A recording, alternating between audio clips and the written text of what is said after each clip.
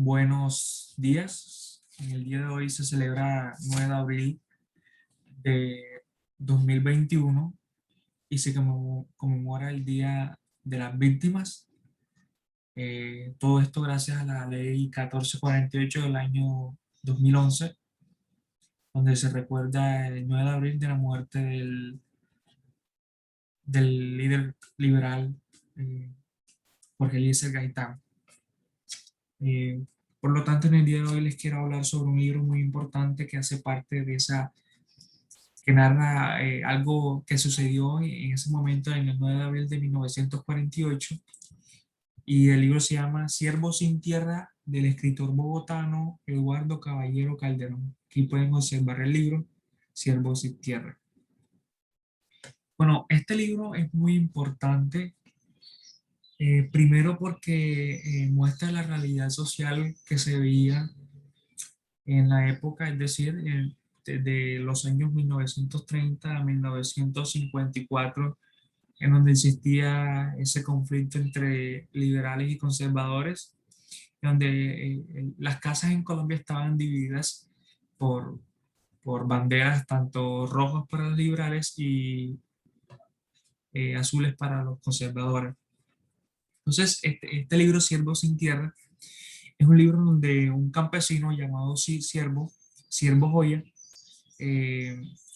se dedicaba a la agricultura. Su mamá también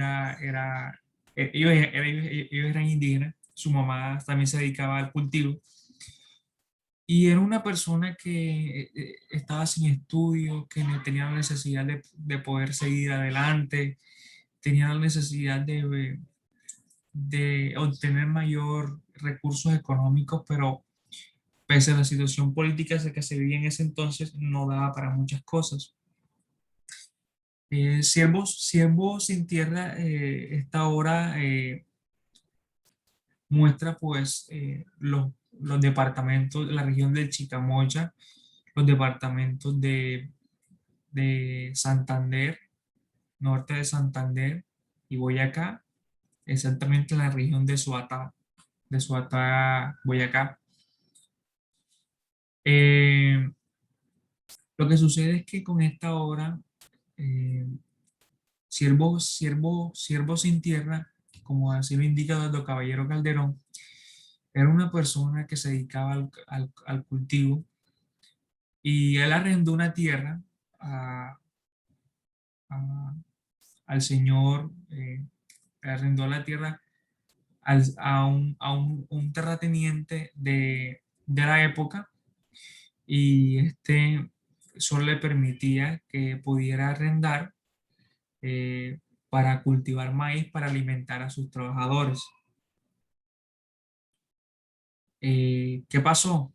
Que él tenía la necesidad de tener una propiedad,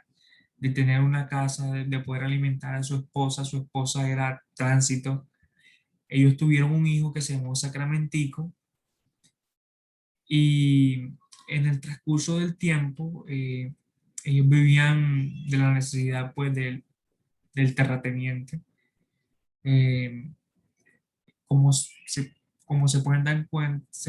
cuenta que esta obra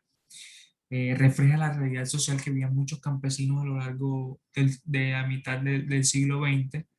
Eran explotados económicamente, no tenían recursos, se dedicaban al cultivo, no tenían ingresos como tales, sino vivían de los cultivos y de la cosecha. Como tal, esta obra es muy importante porque se señala en ese entonces eh, lo que sucedió unos meses anteriores, es decir, unos años anteriores, en 1944, Siervo sin tierra estaba borracho, y él, a través de las circunstancias psicoactivas o alucinógenas, él asesina al líder conservador Arsenio Flores. Estuvo 4 años preso hasta el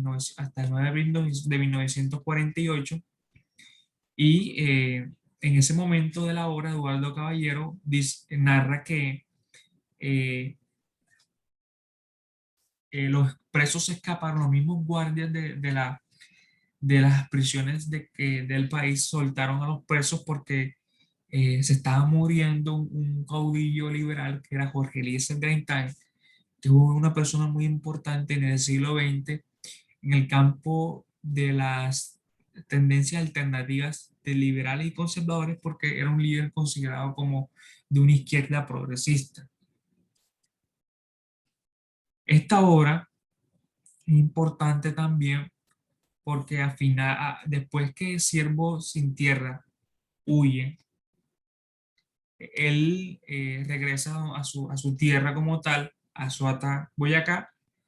y él